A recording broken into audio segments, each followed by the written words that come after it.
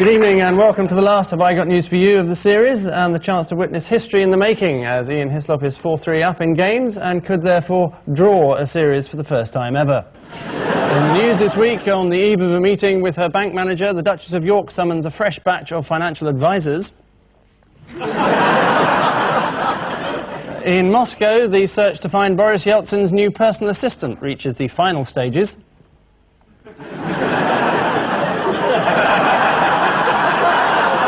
And at a gala reception in Chicago, Princess Diana reveals that wherever she is in the world, she can never take her mind off Will Carling and James Hewitt.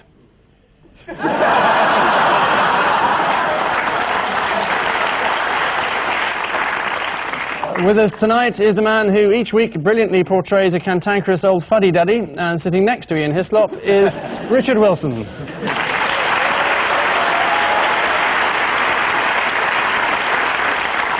And our guest team this week consists of two comedians whose satirical outpourings late night on Channel 4 have brought pleasure and delight to literally dozens, John Bird and John Fortune.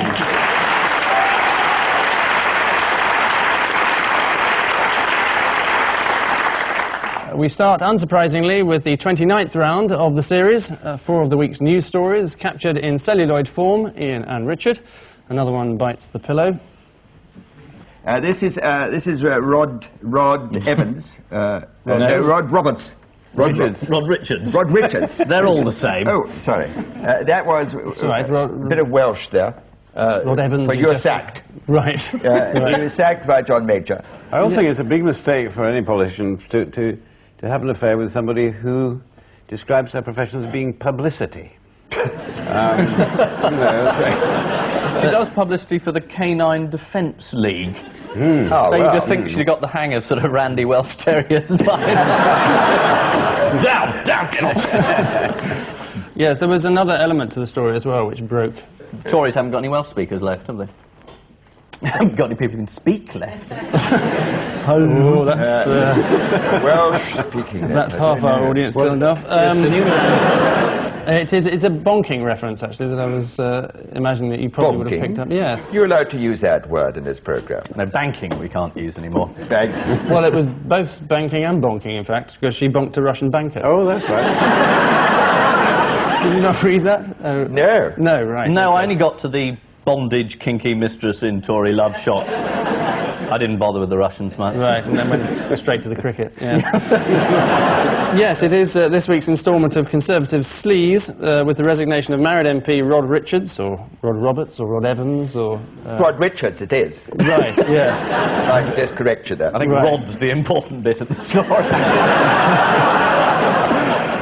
Yes, he does have a nickname. Do you know what it is? Dino Rod. Yes.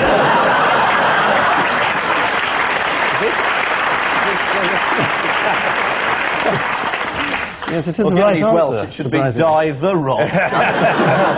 Yes, Rod Richards, after revelations that he'd been having sex with a young divorcee, which apparently involved using scarves in kinky bondage sessions. According to The Guardian, speculation about Mr. Richards' marriage grew when he failed to attend the vote on divorce reform, presumably because he was tied to a bed in Fulham at the time.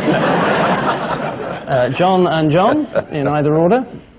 Some late news for you. Well, this is the England under-12 team bonding. Oh, no, this is Jack Straw. No, this is Bill Clinton, because he thinks of all Labour Party policies, and he's thought of this one for keeping 10-year-olds in at night. And Jack Straw has taken him up on that. And they got it from the US, where, of course... Bill Clinton, it was tried in New Orleans and worked. So it's bound to work here, isn't it? Well, it's very similar, isn't it? It's very, very similar. We've got big paddle boats going up and down.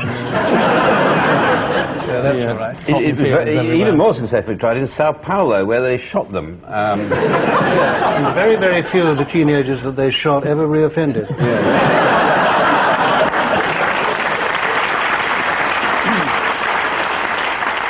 Yes, there's the controversial idea of a curfew proposed by Labour's Jack Straw. Some residents in the States have complained that keeping teenagers off the streets has only served to increase the drug problem. After 9 p.m, there's no one to buy them off. Ian and Richard, what's up here then? Oh, yes. Blake 7. Blake 7. There it goes. This is not going to last long. It's going to 40 seconds. And... Boom. Yeah. The world's most expensive firework. It's quite nice, isn't it? It's a Euro rocket, isn't it? It's a Euro rocket. Costs billions and billions of francs. It's sort of a symbol for the European dream. Incredibly expensive and... Or bouffe, presumably, in France.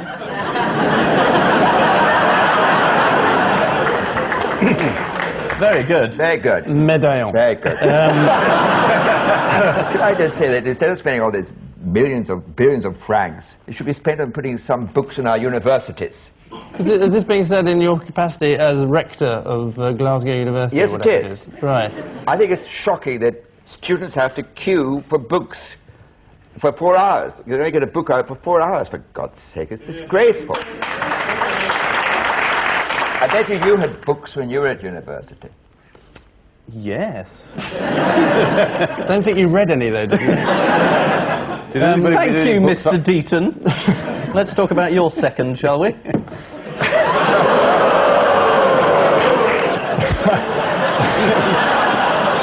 Yes, I'm not going to pursue this one.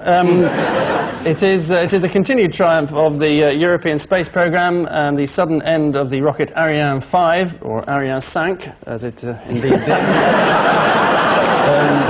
Only last week, the vice president of the Ariane project, Patrick Rudloff, said, "We have tested and tested everything. It has to work." He then went on to tip England to win the European Championships. And lastly, John's both. A surprise package for you. Spaghetti Junction, There it is. or Jonction, as they call it. And there's a beach. There's a beach and a donkey. This is an idea. That they're making a beach underneath Spaghetti Junction, and people can come and sit there. In fact, one of the real bad things about the failure of the Ariane rocket was that it was due to study the solar flares in order for them to know at what times people should go and sit in Spaghetti Junction. John, why don't you just admit you're wrong? Advantage. You don't know the answer to this, do you? That is the answer. Yeah, it's not the answer. What's the answer, then? It is, sadly, Richard, yes, it is exactly the right answer. And it will be very much like being abroad, because when you're sitting on the beach underneath these motorways, the noise of the traffic will prevent you being able to understand anything that anyone says to you, which will be very much like being abroad. Yes, yes, it'll be... Or very much like being in Birmingham as well.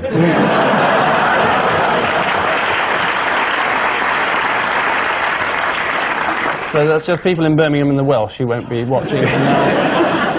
It is actually to promote canal holidays. There was no canal there. I didn't see any canals. There will be a canal. We've got a photograph of it, in fact. Oh, There's a canal. There's a canal. This is what it's going to look like.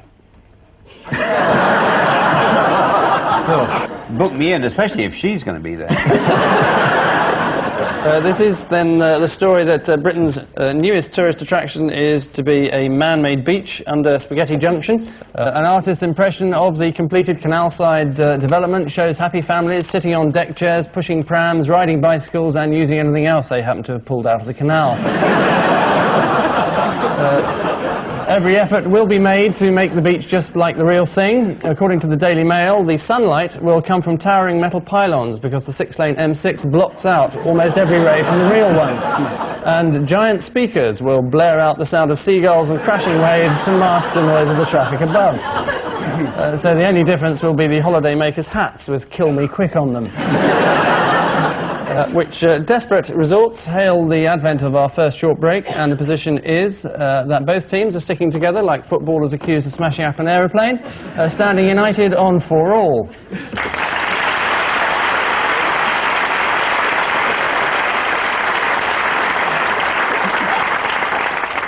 In the past, round 2 has been known to brazenly steal ideas from other programmes, but this week we are proud to announce the all-original music game of Jury with a Jukebox. The records about to be played all feature, on the whole illegally, the voice of an unwitting public figure. All the teams have to do is identify the voices, and here's the innovation: tell us whether the song's a hit or a miss. So let's hear from our first popular beat combo. Acid party, come to the party. Let's have a party, come to the rave. Acid party, let's have a party. Spectre, power, cool, murder. Acid party, no one cannot doubt. Acid party, Perfect. That was a sample of Margaret Thatcher. Well spotted. Yes. And the band was Blur. Big fan of Blur, are you? Yeah. But was it a hit or a miss? It was a hit. A hit for who? Blur. I'm not quite sure of the rules of this game. No. I think... Why is no one else talking? Well, you simply jumped in before anyone else. Well, you looked at me. Well, yes, that's... Is it my question? I'm allowed to look at you. Is it my question? I'm the host of the show. It is... What do you do, sorry? Virtually...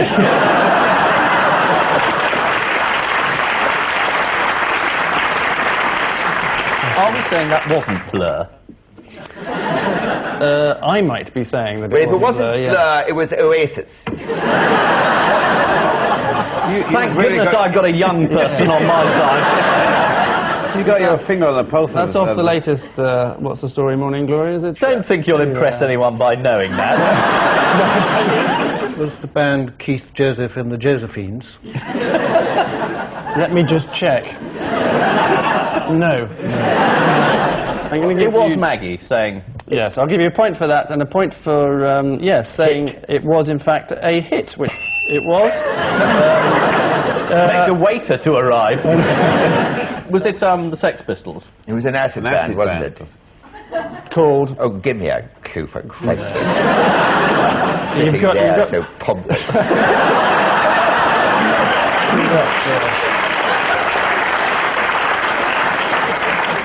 Maggie's Last Party is what it was called, by a band called Vim. They charted in January 1991. Not surprisingly, that song never saw the light of day again, although Ireland has asked if they could use it as their next Eurovision Song Contest entry. Right, let's spin another platter. Not same, awoke from the same dream, in the same bed at the same time. Looked in the same mirror, made the same frown. On his way to the same... Ken Livingstone. What am I talking about? Silly voice for? Sorry, Trying to Ken get the Welsh Livingstone. Ken Livingstone. Ken Livingstone. Ken Livingstone, yes. The band. The band, Sounded yes. like Madness. It may have sounded like Madness, Very but good. it wasn't, in fact, Madness. Let's put our cards on the table. Madness is the only band we've heard of on this side of the table. So then we're going to go this pathetic kind of rigmarole of saying, Yeah. "Well, Oasis." We're going to stick at Madness. It's a shame, because you should have said Blur or Oasis, because it was, in fact, Blur. But was it a hit or a miss? That's the big question. Big hit. Big. Well, it was called Ernal Same by Blur, with Ken Livingstone on vocals, taken from Blur's album The Great Escape, but the track itself was never released as a single, so it must sadly be deemed a miss. So, music lovers unite and cover your ears as we listen to this next one. I am a free spirit. I am a free spirit. I'll fight till the end. I am a free spirit. I am a free spirit. She won't know quite. Who knows what fate will produce?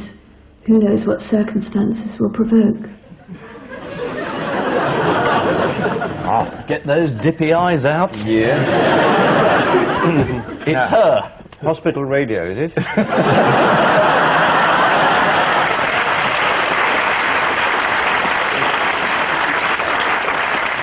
Yes, well, you've got the lead vocalist, or at least we assume that the voice really belongs to Diana, given that the Diana that features in the song's video is so clearly Her Royal Highness. Yes, I adored him. Yes, I was in love with him. Yes. Yes, I adored him. Yes, I was in love with him. Was it a hit or a miss? It's a Must hit. have been a miss. You It's a hit. seem to disagree. No, Ian has changed his mind in a brief moment. And you're absolutely sure it was a hit? Yep. Is the wrong answer, because it was a miss. The record was released in March and enjoyed its first significant airplay about 60 seconds ago. Incidentally, if you play that track backwards, you probably need therapy. And finally, saving the worst till last, who on earth is this? Hello! And no!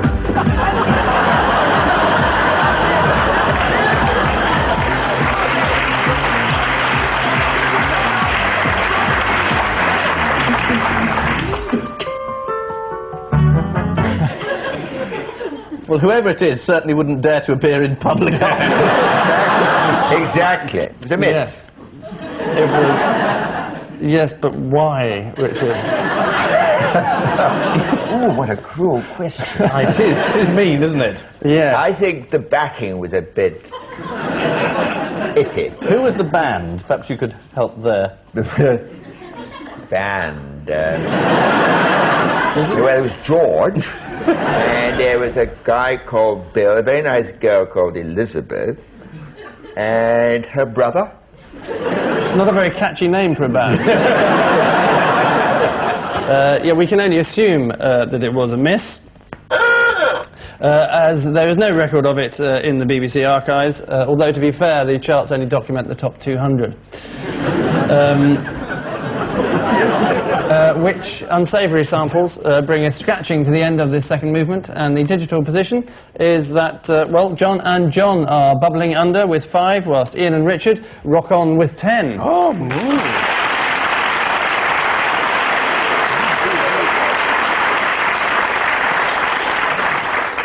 And so to the more familiar, if equally barren terrain that is our odd one out round. John, your surreal set is Saddam Hussein, A Piece of Cake, the National Rivers Authority, and Michael Heseltine.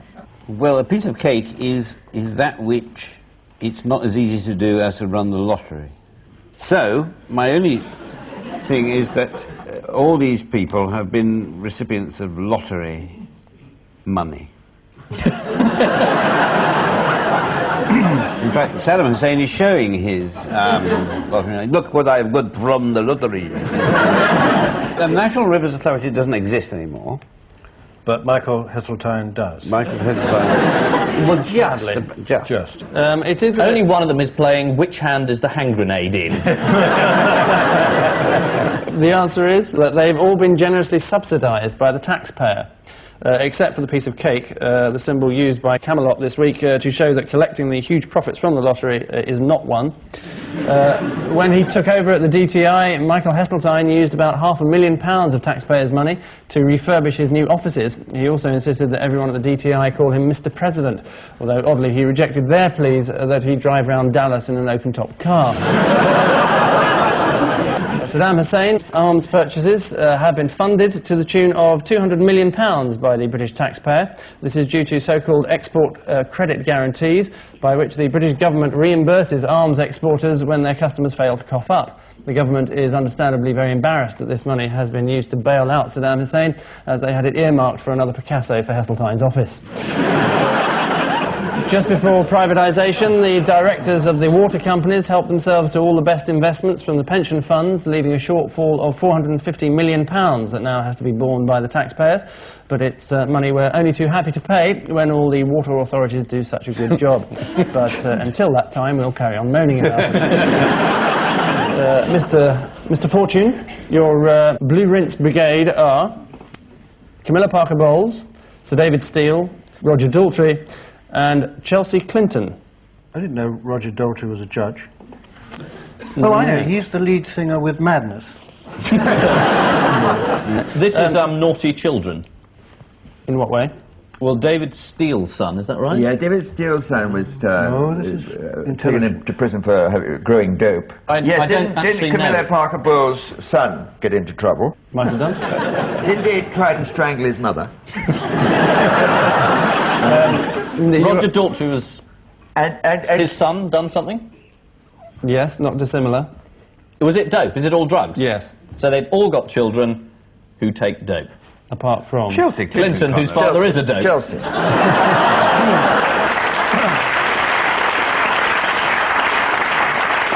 Yes, it is that all their children have smoked dope, apart from Bill Clinton's daughter, Chelsea. Tom Parker Bowles, at the age of 21, was arrested for carrying cannabis. During the police interview, he admitted he was on dope, but then at the time his mother was on Charlie.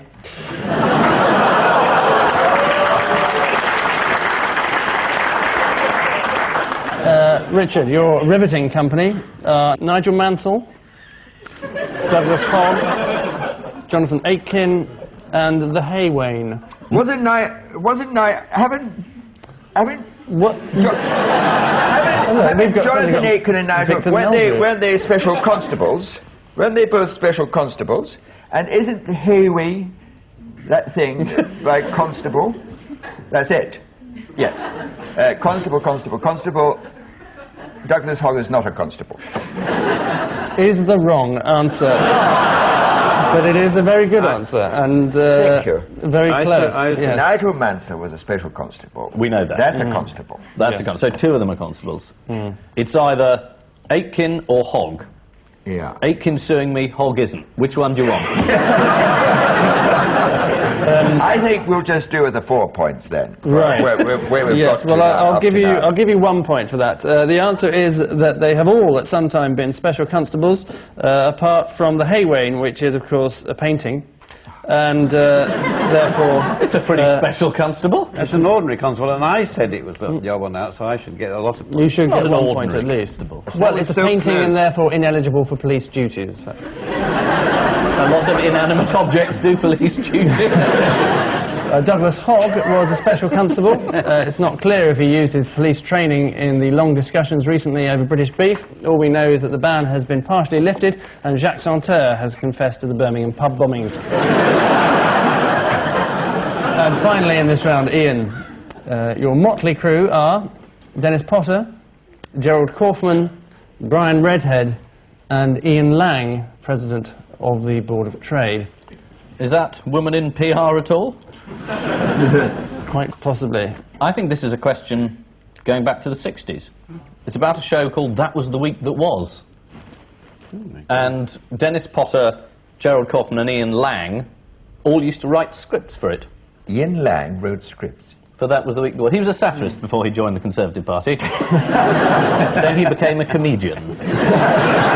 And the odd one out? The other one out is Brian Redhead, For why?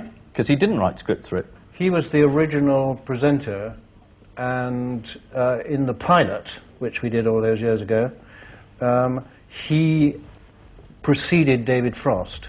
Were you both in that show? Were you in the pilot? Yes. We were in a pilot, I didn't remember. Brian Red was he in it? Yes, he was in it. Were you in the series? No. No. By the way, have either of you have you seen the Rory Bremner show? He does you terribly well. Have you seen it? Have you seen it? Amazing. Wonderful. Yes, well, that means that Ian is going Angus to get... wasn't in the pilot of this show. No, it's true. Really? Who was it? Who was it, Angus? It was Brian Redhead. No, it was Keith Chegwin. Too expensive, eh? Too good. Wouldn't do the series. Too good. Which old jokes mean that was the round that was, and the amusing situation is that John and John are dying on their feet with 7, whilst Ian and Richard are knocking them in the aisles with 15.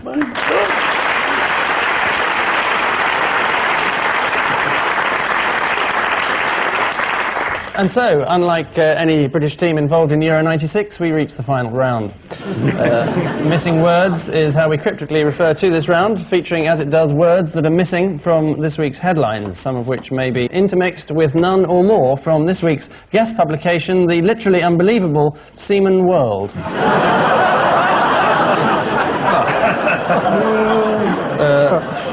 Available by mail order only. Before you go ransacking your newsagents. So here we go with Call Me What, says Fergie.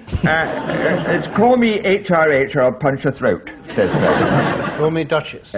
Call me Yorkie. Call me if you've got a good idea for a television series. I'll give you one for HRH. Thank you. Call Me Highness is in fact the answer. Duchess of York call me what? complaining. Highness. Highness. She's complaining about being called Your Grace and Duchess. So we suggest just call her your old plain. slapper or something.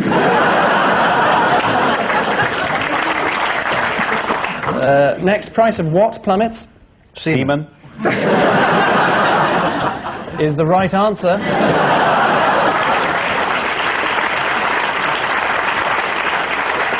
It's currently standing at £420 per fluid ounce if you want to get some in for the weekend.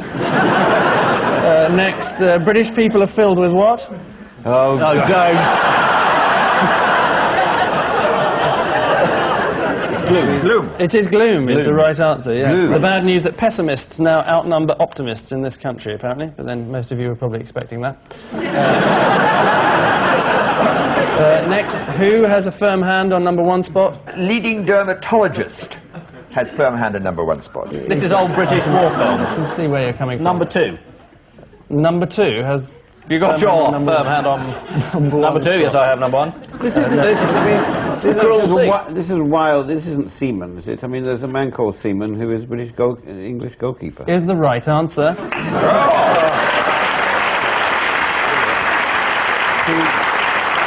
It is, yes, David Seaman, the England goalkeeper, as reported in the Sunday Telegraph. It pays to read the sporting section of Seaman World, where he figures very prominently, I understand. And finally, to Harlands are prone to what? To Harlands are prone to spelling mistakes. It's not from The Guardian, in fact, no. This is a breed of cattle, isn't it? And therefore? And therefore they're prone to to seaman rot. What is it when you can't get it up? We've no idea, Richard. When you can't reproduce, what's it? I think what you're referring to is the answer, which is Borg Eagles. That's it. Yes. Borg Eagles. Sammy Davis Jr. used to do a song about Borg Eagles. Mr. Borg Eagle. That's right. Yes. The national symbol of America is a Borg Eagle. It does, in fact, mean mistakes. Clumsy people are prone to mistakes, is what it means, according to the new Dictionary of Ulster English, which is available just a stag's throb from your cockanenny. All of which, waving and drowning, brings us gasping to the end of this final round, and the upshot is that this week's Silly Moos are John and John with 10, whilst this week's prize bullocks are Ian and Richard with 17.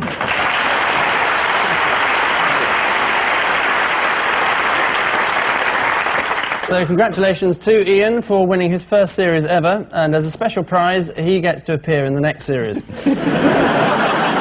On which conclusive note, we say thank you to our panellists, Ian Hislop and Richard Wilson, John Bird and John Fortune, and I leave you with news that Prince Charles admits he may have overreacted to the joke about Camilla and the Randy Gorilla.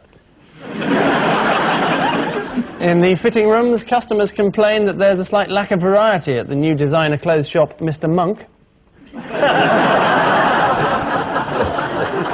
And after spending the night with Madonna, a young musician enjoys a post-coital cigarette. Good night.